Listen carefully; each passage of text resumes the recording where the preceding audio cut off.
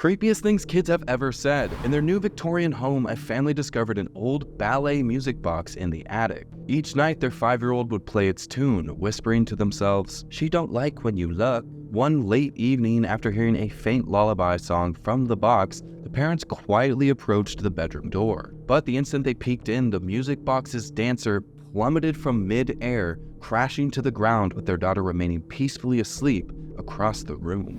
While camping in a tent near the lake's edge, a father awoke from a haunting dream of a ghostly woman trying to pull his son into the water. Now shaken, he emerges from the tent, only to find his 4-year-old son staring intently at the moonlit lake. Drawing closer, the boy turned and said in his innocent voice, "The lake lady's lonely, Daddy. She wants me with her."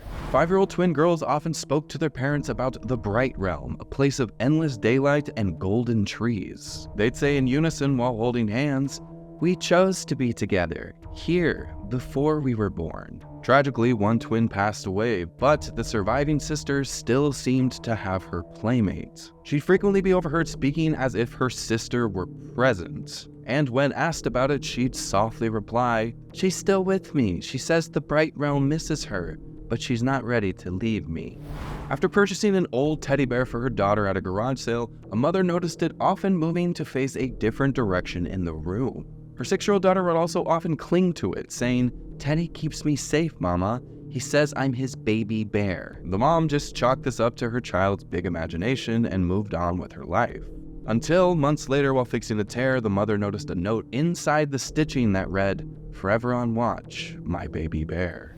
After attending the funeral of a grandfather he had never met, a 6-year-old boy began drawing intricate sketches of him. These illustrations depicted the elder wearing clothing he was known to have worn when he was younger, down to even his favorite hat, details the boy couldn't have possibly known. As the days passed, the number of sketches increased, and the grandfather's expression in the drawings became increasingly distressed and frustrated. Until one morning, the boy revealed, "In a dream, Grandpa told me he's missing something very special to him." Initially creeped out and puzzled, the family eventually deduced the meaning of this statement. And after searching through the grandfather's old belongings, they found his favorite and most cherished hat, the one from the drawing. And once they finally returned the hat to the grandfather's grave, the boy's eerie sketches and seeming connection to his estranged grandfather ceased. During relentless downpours of rain, a 4-year-old would stand by her window, laughing hysterically at something outside. "The man in the rain tells the best jokes," she would exclaim while not breaking her gaze from what was ever outside the window. And this creepy stunt went on for weeks,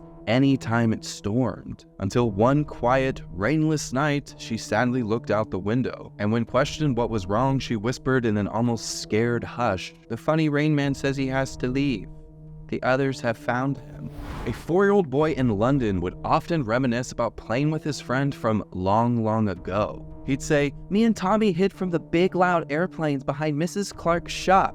She gave us yummy sugar squares." His mother, both curious and unnerved, decided to delve into some old-time war records of London. She soon unearthed some vintage photographs from a historical website capturing the facade of a Mrs. Clark storefront from before and after the war's bombings. And when shown the photos with wide eyes, the little boy immediately pointed to the photograph saying, "That's it, me and Tommy played right over there.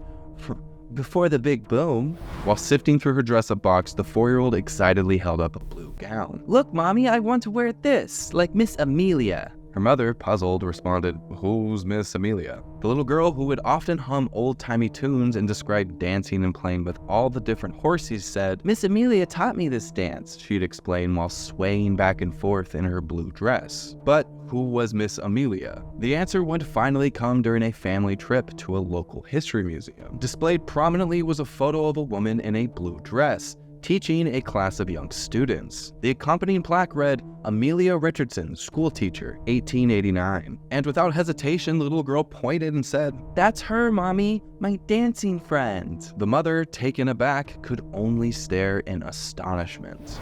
The 6-year-old boy looked up at his mom, his eyes filled with a mixture of concern and determination. "Mommy, you really have to watch out on the stairs tomorrow, okay?" he asserted. Brushing it off as just her sweet boy being protective, she just moves on. Until the very next day, as they descended the staircase together, forgetting his words, she lost her footing, tumbling down most of the steps before finally crashing to the hardwood below. The boy, not missing a beat, looked at her from above with an eerie calmness and stated, "See?